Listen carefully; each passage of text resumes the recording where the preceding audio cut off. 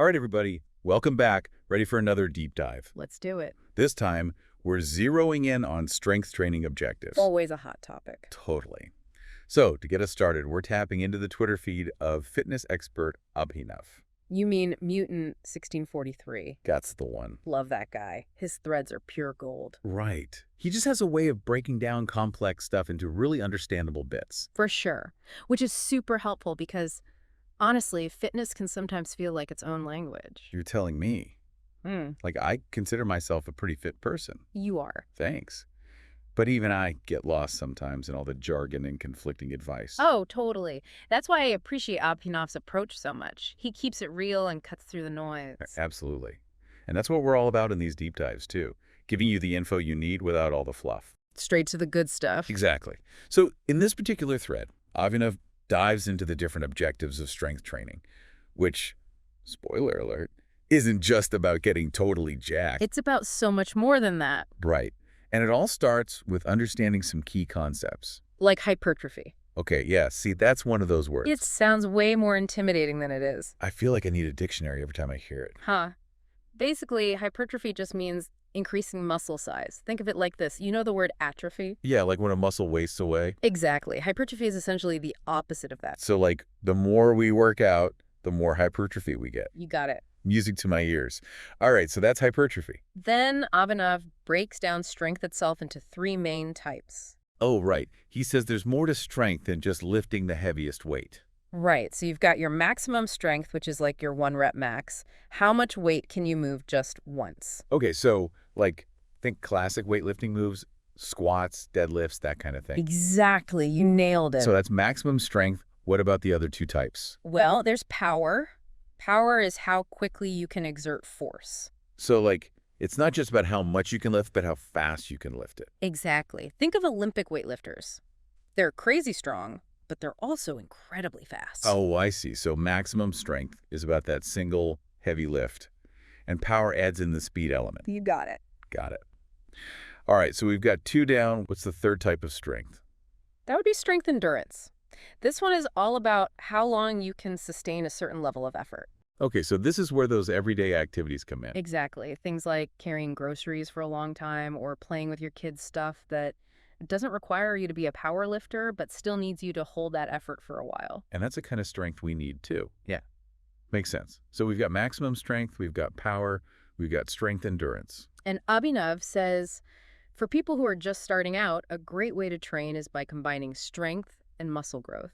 This is often called power building. Right. And he says this is ideal for beginners for a couple of reasons. Well, for one thing, it helps you develop a good base in all 3 types of strength. Makes sense, kind of like building a strong foundation before you start adding floors to a building. Exactly. Plus, for beginners, power building can lead to those awesome newbie gains. Newbie gains, what are those? It's this amazing thing that happens when you're new to strength training, where you can gain muscle and lose fat simultaneously. Your body is just like, whoa, what's going on here? And it kicks into overdrive. Oh, wow. That explains why so many people I know who've gotten into weightlifting have seen such quick results. Exactly. So it's basically a win-win for beginners. You build strength, you build muscle, and you potentially even shed some fat all at the same time. Pretty much. It's a really efficient way to train, especially when you're first starting out. Totally.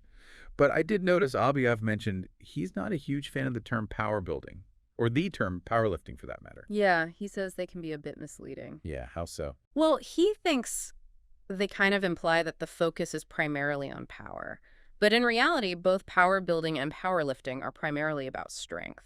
The power part comes in with how that strength is applied quickly or over time, but the core focus is still on building that foundational strength. So that's a good point. It's a reminder that even in fitness, we shouldn't always take labels at face value. Exactly.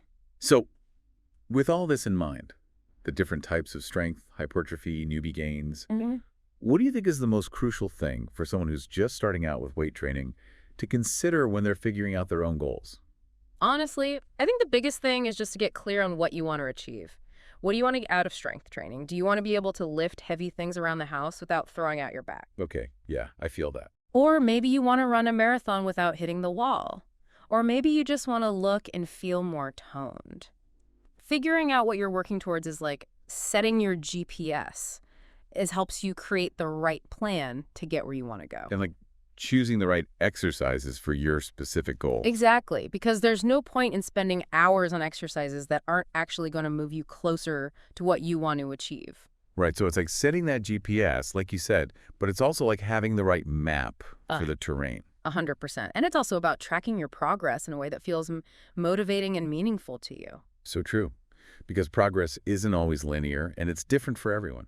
All right, well, I don't know about you, but I am definitely feeling fired up to hit the gym after this deep dive. Me too. And speaking of diving deeper, Abhinav hinted at something else in his thread about periodization strategies. What do you think that means in the context of strength training? Ooh, that's a good one. To be honest, I don't know for sure, but it sounds to me like it might have something to do with how you structure your workouts over time to maximize progress. Ooh, interesting. Right. Like maybe it's about changing up your routine or the intensity or something. Maybe it's like how we have different seasons in a year. Yeah. Like you wouldn't wear a winter coat in the middle of summer, Yeah. right? So maybe Or- it's about adjusting your training depending on where you're at. I love that analogy. It's definitely something to ponder. For sure. All right, well, on that note, let's wrap things up. Sounds good. Huge thanks to Abhinav at Mutant1643 on Twitter for the awesome insights. Make sure to give him a follow if you're not already. He's the best. And to all of you amazing listeners, as always, thank you for joining us for another deep dive. Keep those brains pumping and those muscles too. See you in the gym.